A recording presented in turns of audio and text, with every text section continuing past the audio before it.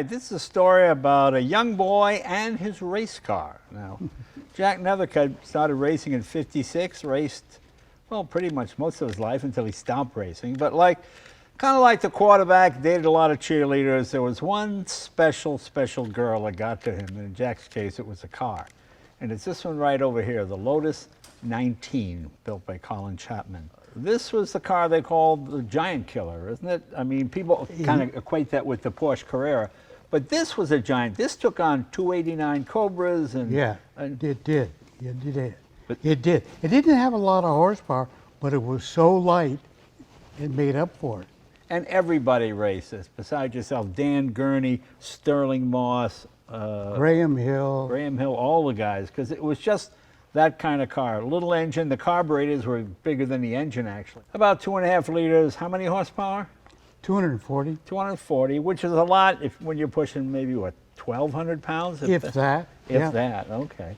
Okay, but it also raced against Corvettes, Mustangs, Cobras. Oh, that and more, actually. Yeah. And I imagine they would take you on the straights, you'd catch them in the corners with this? Was that pretty much in some cases, yes. Yeah. Was this your best for yourself, best performing in this car? Why do you think that was? Why this car? I don't know. I just adapted to it. Right. And I did the best in there. I was Pacific Coast champ. Oh, right. Okay. In this car for that year. Oh, that's impressive. Yeah. And so, what made you get rid of it? It seemed like a good thing to do at the time. I mean, prettier, faster, better cars came along? Yeah, no, it started to get obsolete with the horsepower and things like that.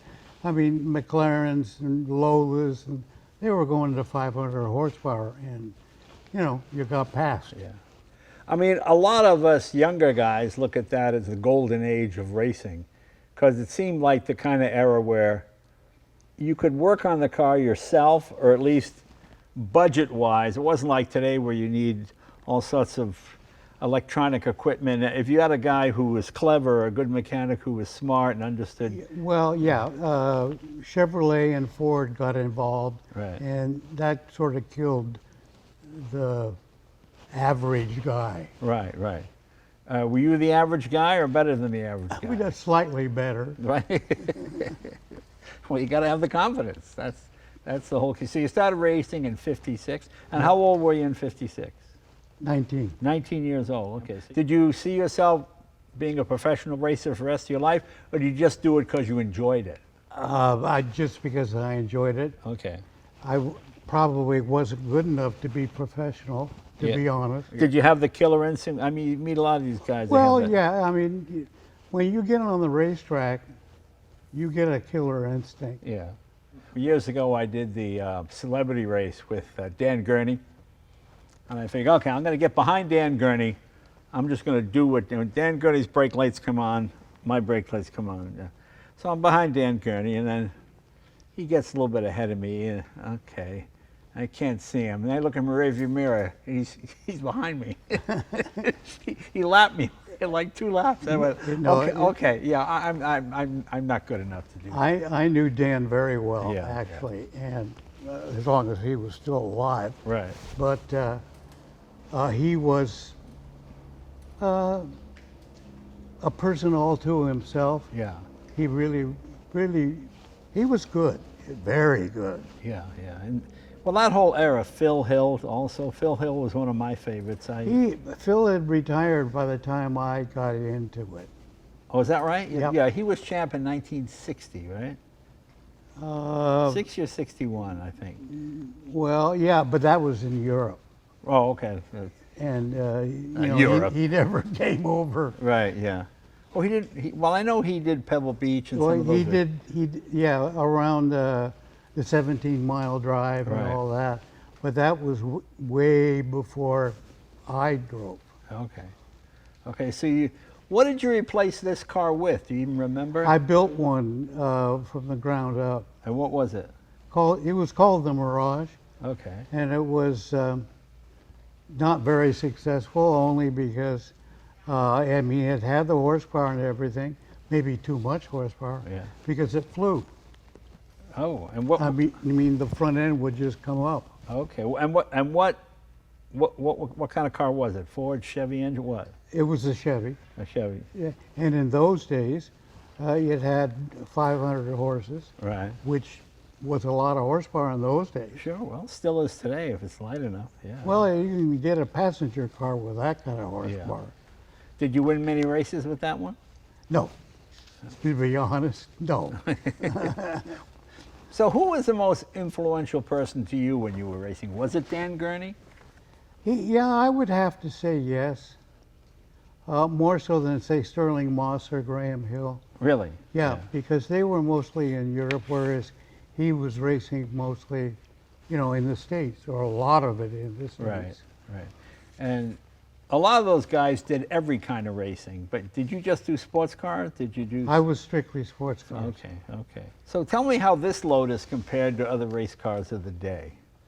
Well, this actually was a Formula One Lotus widened. I mean, that's what Colin Chapman had in mind. Right. And it frankly really handled, and that was the biggest thing about it, was you just went around corners very fast. Now, did you know Colin Chapman at all? No, I met him. Right. But no, I didn't know him. Right. Per se. So tell me some of the races you won in this car. Did you beat Dan Gurney in any of those races? No. No. Matter of fact, I had set a few lap records that Dan came back and beat my lap record. That's funny. So how did your era of racing compare with today? What do you think the biggest difference is? Well, safety is one thing. If you look at the innards of this car, Yeah. you don't walk away from it. Right. Those were the days when you hoped to be thrown clear. Well, yeah, that's possible too. Yeah. But all you had was a seatbelt and a helmet, right? Yeah, That was and barely a seatbelt. yeah, and no Nomex suits or any of that. No. Well, you would take a driving suit and dip it in fireproofing. Oh, and what was the fire? It was some kind of You call that barbecue sauce? yeah, Okay.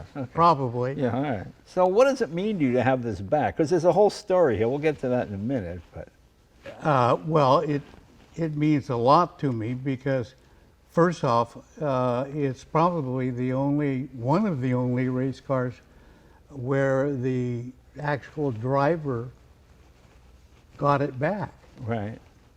And there were 17 built, and there's 3 left. Okay. And this is the only one with the Coventry Climax. Oh, that's interesting. The rest were little Buicks. In an era where we live in now, everything is history. People want to go back and this is the car that so-and-so drove or sat in or whatever. But back in the day, you could buy old race cars for nothing. A lot of times you'd go to a junkyard and you'd strip it for parts. Oh, I could use those heads on something else. Oh, yeah. Yeah, the Very idea of definitely. saving a race car that won 20 years ago meant nothing. Yeah, no, I mean, I drove like a Ferrari, a 3-liter Ferrari at Sebring, and Pete Lovely was my co-driver, and it's a 12-hour race, Right. and anyway, it was an adventure, I'll put it that way, Right, yeah. to drive for 12 hours. Right, yeah, imagine. Racing then and now, better then, better now? What's the biggest difference? It's much, much safer now. Right, yeah. These cars nowadays are, they shed wheels, etc., so they protect the driver. This one, no. Were you ever injured in a car? Slightly, Right, not too bad. no. Oh, okay, well, that's good. That's good. So when did you get rid of this car? In 65, you said? About 65, yeah. And what did it sell for then? I'd be curious. I mean, was it sold just not as scrap, obviously, but just as... Not very much. Not very much. No, because it was last year's race car. You didn't see it again for how many years? Oh, gosh. We just actually picked it up a couple, 3 years ago. Okay. A guy in Tacoma, Washington, had it, and it was all in pieces. He died, and his wife instantly sold it to me. Wow. Okay. Now, is he the guy you sold it to, or does that? No. No. And he ended up, he was going to restore it, never succeeded. And like I said, he died, and his wife phoned my wife, would you like it? Yeah, and she said, yes. Now, were you aware of this? This is all behind your back. No, well, no, I was aware that she Okay. bought it. Okay. Yeah. So what does it mean to have it back? Tell me about that. Well, again, I did the best in this car that I did in any of them. I suppose the next best car was the 3-liter team car, Ferrari. Right. And now there's the story about that one. I sold that car, the Ferrari, for $25,000. Wow. Okay. It was last year's race car. Right. And right now that same car goes for 30 mil. Right. Yeah. Smart businessman. Oh yeah. Yeah. So how extensive was the restoration of this? Was it pretty far gone? Did you have to do a lot of work to it? Yeah, the whole back end was, the frame was changed to fit a Buick as opposed to the Coventry Climax. Okay. Would that even fit in there? That seems like it'd be a... Well, they had to change the frame in the rear. Right, Yeah. okay. And is this the colors and the numbers you raced it under? Yes. Okay. Why the maroon is that? Why maroon? Well, we call it plum. Plum, But okay. I don't know, it's just the way I started. Okay. The car originally, when I got it, was green, obviously. Right. Again, green for British. But And you restored it at your facility at Nethercutt, correct? yes. Okay. How long did that take? Well, this particular car was not that long because some of it was still viable. Yeah. Hopefully this will bring back more sort of barn find race cars, don't you think? Possibly. Yeah. Uh, I mean, it's still a very valuable car now, isn't it? I mean, there aren't any of these. well, like I said, there's 3. Oh, yeah, okay, yeah, that's right. Okay, there you go. And they made 17 altogether. 17. Okay. And what would you tell young car enthusiasts around the country today? Oh, well, you know, in my era, you strapped your helmet on and went out racing. Right. Nowadays, you go to driver's school and, you know, it's a whole different game. Yeah. Did you make a lot of changes to this car when you got it? I mean, was it pretty much? Yeah, Yeah. yes. Although I've put it back to being original now. Right. But for instance, it has Girling brakes on it. Right. And they always faded and went away. Yeah. I know Dan Gurney changed them on his, he had a 19, and I changed it to Earhart's. Anyway, everybody's got rid of the Girlings, Yeah. put it that way. Did you ever crash into anybody else with this car? A few times. Yeah. You know, we all saw the movie Ford versus Ferrari. Yeah. Now, you knew Ken Miles, isn't that correct? Yes. Did you? And his wife and his son. Yeah. Did you have a lot of interactions with them, or? Um, First of all, let me say, was the movie accurate? Did he play him as you remember it, or did you watch the movie and go, no, Ken wasn't like that at all? Did a wonderful job. It actually portrayed him very accurately. Yeah, he's a terrific actor. Now, in '62, you won the SCCA Divisional Kent in Kent, Washington. So you went all over the country pretty much, didn't you? Yeah, well, Yeah. yeah, and Nassau. Right. Oh, in the Washington. Bahamas. Yeah. I've been in a lot of different places. Never in Mexico. No. Any trouble with did this have any of those sort of perennial faults, clutch, transmission, or was it a pretty bulletproof car? Well, you bring up Kent, Washington. I raced there a couple of times. One of the times, At the end of the first lap, my clutch pedal went to the floor. Right. So I had to finish the race with no clutch. Right. Just pounding in the gears. Yeah. And I won. Wow. Should blow clutches more often. Yeah. Yeah, I suppose. Was finding this Lotus more important than other cars you owned? I mean, of all the cars you owned, is this the one that sort of got away? It means more to me. I mean, Right. we're predominantly with classic cars and antiques, Right. but this one is close to home. So you probably hadn't seen this car in 50 years, 60 years, Yeah, something like that? As you remember, does it seem smaller or bigger or different? smaller. It seems smaller? Yes. Yeah, that's funny. And how did you find it? Well, I think it really comes down to my wife, Helen. I mean, did she send a thing out, we're looking for this car, and oh, people responded, or? Well, we got word that this guy had it. Right. And we sent some people up there to buy it, and he basically said no. Oh, he didn't want to sell it. He didn't want to sell it. Okay. He wanted to restore it. Of course, you know, he couldn't. Right, right. Okay. So you had to wait. You had to wait for the guy to pass away. That's right. Okay. It would be a shame if he was to have some sort of accident. Okay. So how long did that? So between the guy not wanting to sell it and him passing away, was it 10 years? Was it 6 months? How long was it? No, it was more 10 or 20 years. Oh, okay. All right. Okay. A long time. And as soon as he died, the wife called you? Yes, instantly. Instantly. So, yeah. So I mean, she didn't let the weekend go away. obviously not a real car lover. All right. And how hard was the rest of? Did you look at it and go, oh man, this is more work than we can handle, or hey, it's not too bad? How did it seem when you got the pieces? No. When you used to restore antiques and classic cars, this thing is nothing. Yeah, I guess that's true. Yeah, it was fairly easy actually, because it's a very simple car. Right. And the fact that the original engine was still with it, that's. No, it was not. Oh, it wasn't? What No. engine was in it when you got it? None. Oh, there was no engine. No, none. So you had to find one of these Coventry Climax. Right. And what transmission did it have? The same, Hewlin, Okay, a 4-speed, 5-speed? 5.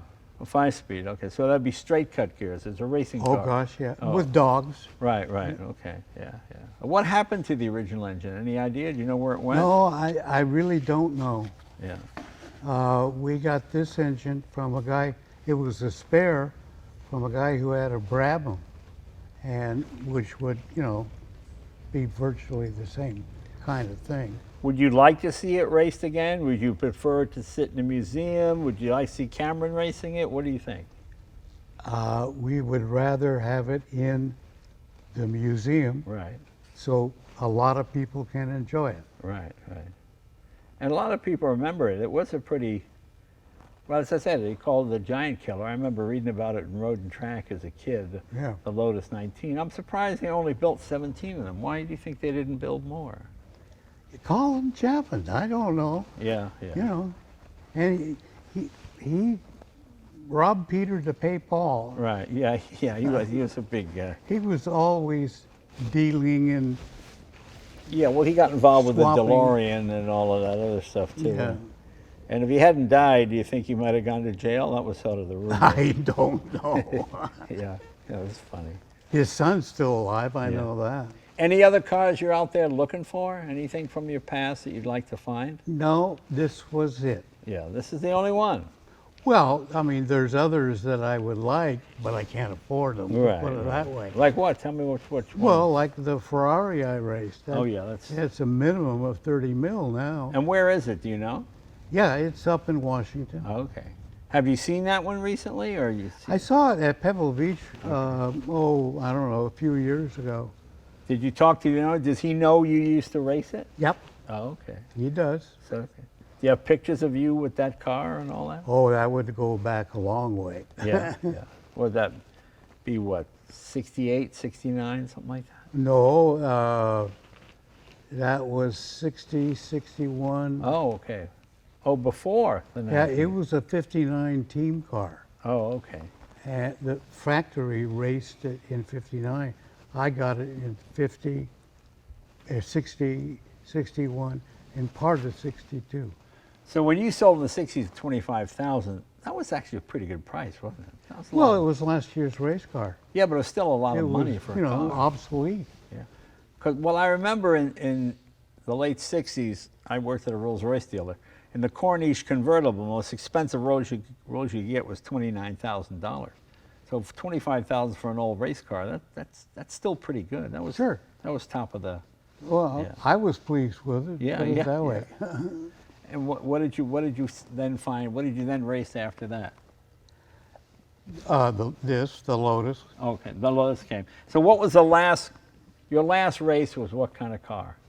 It was the Mirage, the one that I built, Okay. designed. And where did that car wind up, do you know? My dad didn't like me racing, Right. so he cut it in half.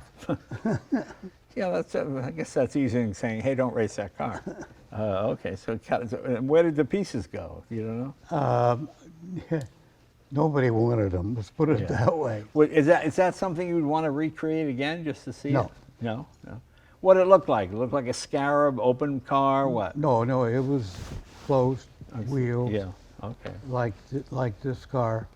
But like I said, the biggest problem with it was the aerodynamics. Yeah. We didn't understand aerodynamics in those days, Right. and it flew. It flat Yeah. flew. I guess Pete Brock was around about the same He time. designed the body. Oh, okay. Did it have the cam tail that he sort of really No, did not. It predates that probably. Yeah. Well, he used that camtail for the Fords. Now, was Helen impressed by your racing? Did she come along? She was not with me then. Not in the picture then. So, No. So you weren't the handsome young race car. Oh, I do declare. I was not one of those. Yeah, well, she has old pictures of it. Yeah. Of me, yeah. Oh, okay. But I mean, did she ever see you race? No. Oh, okay. She just heard about it. Yeah, basically just heard. So you got one more race in you? What do you think? Well, now? Sure. Forget it. What kind of attitude is that? It's called age. Yeah. How old are you now? 86. 86. Okay. But a good life, eh? Yep. Yeah. Won a lot of races. Yep. Didn't get hurt. Not bad. Not bad. What? Did you break any bones? No. No.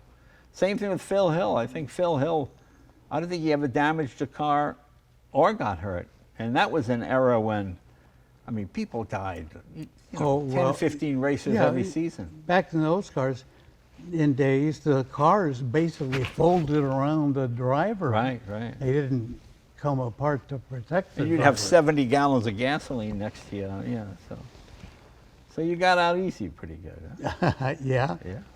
But you got good memories, right? Yep. That's the Very whole thing. good. Okay. When was the last time you sat in that thing? Christmas. Oh, okay. Okay. Oh, cool. Well, it looks good. Can I get a picture of you and I standing next to it? Come on. Sure. Let's try that. Cool.